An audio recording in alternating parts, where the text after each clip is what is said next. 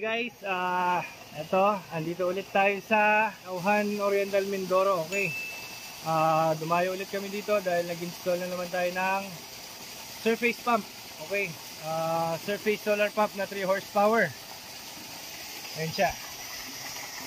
Papakita natin mamaya yung performance niya, pero explain muna natin yung specification nitong pump natin. Is 3 horsepower yung pump natin, surface pump, 4 inches yung inlet tsaka outlet nya. At maganda yung mga ganitong pump, maganda yung mga ganitong surface pump na na solar sa mga shallow well. Okay, marami na tayong mga upload ng ganito, pero ayun, dito sa ininstaller namin sa Nauhan Oriental Mindoro is napakaganda ng tubig nila, or napakababaw, tapos hindi nawawalan, tapos sobrang linaw, kaya goods na goods to para sa mga solar surface pump. And of course, syempre napakalaking tipid, no? So yun, tara, tignan natin yung tignan natin yung performance niya. Dito muna tayo sa controller niya. Okay, so sa nakikita nyo, 2,800, 2,900 yung ikot niya, yung RPM. Kaya medyo maganda yung performance ng tubig ngayon. At meron tayong DC breaker, surge protective device, saka pang kuryente. And since wala pa silang kuryente dito, manggagaling doon sa may mga sasakyan. Nakikita nyo ba? Diyan manggagaling sa mga sasakyan yung poste na soon to be na magkakaroon ng kuryente dito. At least naka-ready na yung pang kuryente nila kung sakaling gagamitin nila sa gabi. Or kapag gagamitin nila na makulimlim, may kuryente pa rin sila. 3 horsepower surface pump, Handuro brand. Okay, o malupitan yung natin dito. Setup natin dito kasi mababaw lang yung tubig nila. Ayun, 7 hectares 7 hectares yung pinatutubigan. Ayan, tapos na yung setup natin. Tayo yung nag-setup ng double throw nila. Ang ibig sabihin ng double throw is nakaabang yung pang crudo nila. Ito, para in case na gamitin nila sa gabi kasi wala pa silang kuryente dito eh. Pwede rin gumagana din sa kuryente ito. Kung gusto nilang pagganahin sa kuryente sa gabi, pwede naman. Pero since na wala pa silang kuryente, magkukrudo muna sila kapag walang araw. So nakaabang na din yung crudo. Double throw connection yung tawag dito sa ganyan. Deep well siya, tapos dalawa yung higutan. At kailangan pa rin yung pitcher pump. Okay. So, ayun. 8 pieces na 550 watts yung nilagay natin dito. Ayan ang controller natin. Meron tayong SPD. Tsaka yan, mga breaker. Nakaabang na rin yung nila, pang kuryente. Okay.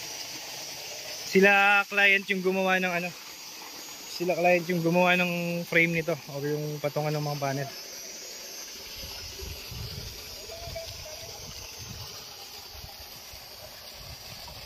Eight pieces na 550 watts. So far so good yung araw natin, kaya talagang okay yung capacity. I mean okay yung flow ng pump. Kanina nung nawala ng araw, kung yung nakikita nyo na bugso na yan ng tubig, biglang kumalahati kasi bumagsak yung araw. Pero still meron pa rin. Pero kapag full sun, yan, goods na goods yan. Ang oras ngayon is alas 9. Kanina pang kanina pang mga alas 7 to nabuksan. Almost ganyan na rin yung production niya kaninang alas 7. Malakas-lakas na rin. Pero since na hindi pa masyadong mainit yung alas 7, hindi pa ganun kalakas yung pump. Pero mga after 30 minutes, ganyan na rin yung production niya. Siguro mga bandang 7:30 or 7:45, biglang lumakas na rin siya. So, ang usage nito is hanggang alas 5, 4 or 5 PM. Magagamit pa rin yan basta may araw. Temporal base ang mga natin, mga solar panel natin. So, alas 4, alas 5, basta may araw, gumagana pa rin siya. Pero still, kapag hindi na ganun kainit, medyo hihina na siya. Kasi temporal base yung ano natin mga solar panel natin. Okay. So far, masaya naman sila tatay. Yung client natin dito satisfied naman sa bugso ng tubig. Sabi nila hindi naman daw ganyang kalakas yung pump nila na De Crudo. Actually, ewan ko anong ilang horsepower to. Ito yung mga crudo nila which is yung mga talagang normal na ginagamit or common na ginagamit na De Crudo. Medyo natatalo na daw sila sa crudo sa harvest nila, kaya napag-desisyonan na nilang mag-invest sa solar. Okay. Okay naman yung install natin dito. Successful na naman ulit tayo. And happy naman si client. Medyo ako lang ang medyo hirap na hirap kasi eto meron na naman tayong injury. Pero syempre, kapag may mga install kami, wala kaming mga excuse. Talagang pupuntahan namin 'yan. At dahil medyo malaki-laki yung investment dito, malaki din yung down payment, so talagang pinuntahan pa rin namin kahit injured ako. Pero ayun, so far, so good naman, okay naman yung natin, performance. Maganda yung tubig, kaya walang naging problema. Ayun, sa mga gustong magpa-install din ng ganito ulit, again and again, andyan ulit yung mga contact number namin, andyan yung address namin. Ayun, pwede kayong tumawag.